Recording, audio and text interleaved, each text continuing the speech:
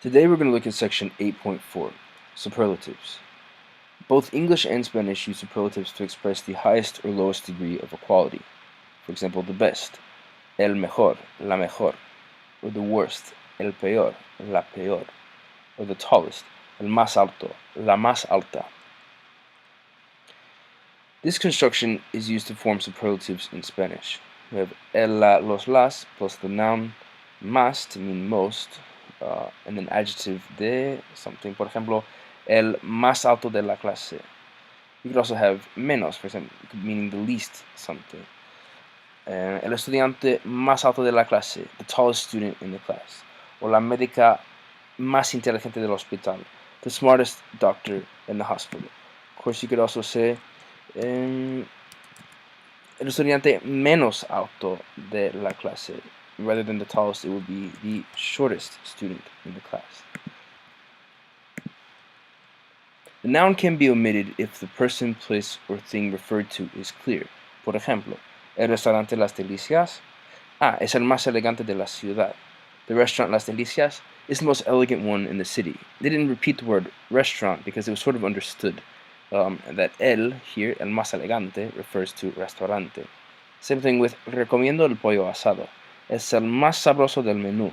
I recommend the roast chicken. It's the most delicious on the menu. Of course, by el se refería al el pollo asado. Few things to notice. While más alone means more, after el, la, los, las, it means the most. Likewise, menos can mean less or also the least. If you think about it in English, we usually form superlatives by putting est at the end of a word. For example, short, shorter, shortest. And it's sort of understood that the one with est is the most quality, right? Although it's not necessarily regular, because you can't say the expensivest thing or the beautifulest thing. You have to say the most beautiful or the most expensive. And it's similar works in Spanish. Instead of saying the tallest, you would say the most tall, or the more tall in essence, because the word más alone means more.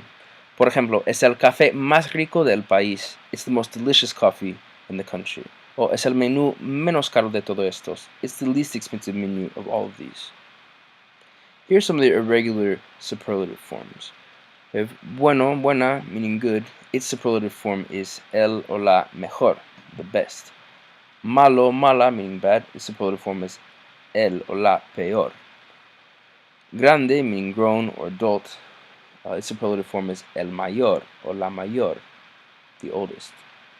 El pequeño, pequeña, meaning young. Its superlative form is el menor, la menor, the youngest. And similarly with adjectives, joven, also meaning young, el menor, la menor, and also viejo, vieja, which means old. El mayor, or la mayor, meaning the oldest. The absolute superlative is equivalent to extremely, super, or very. To form the absolute superlative of most adjectives and adverbs, you simply drop the final vowel, if there is one, and add ísimo, or ísima, or ísimos, ísimas. Por ejemplo, for malo, take off the final vowel to get mal, and add ísimo, malísimo. El bistec está malísimo. This steak is terrible, right? It's like super bad, like extremely, incredibly bad. Or otro ejemplo, mucho. Take off the final vowel, get much to muchísimo. Comes muchísimo. You eat a lot, like a ton. No? Do know, as I said, it could also be feminine. If it were las uvas están malísimas. It would be malísimas to match with uvas. Note these few spelling changes that you'll see in these forms. Rico, because it ends with the C, CI makes the C sound like as in gracias and not the K sound like in rico. So they changed it to a QU to keep that, the K sound or hard K. Rico, riquísimo. And fácil, that has an accent, a stressed first accent, you rather stress the accent in ísimo. So even though it had one, you need to take it off and put it back over here on ísimo. Fácil becomes facilísimo. Same thing here with largo. There's a small spelling change. GI makes a he sound like in biología and not the g sound like in largo. So they changed it to GU to protect the G sound. Larguísimo. Or feliz, the Z will become a C. Anytime a word ends in a Z, it will become a C. Felicissimo, super happy.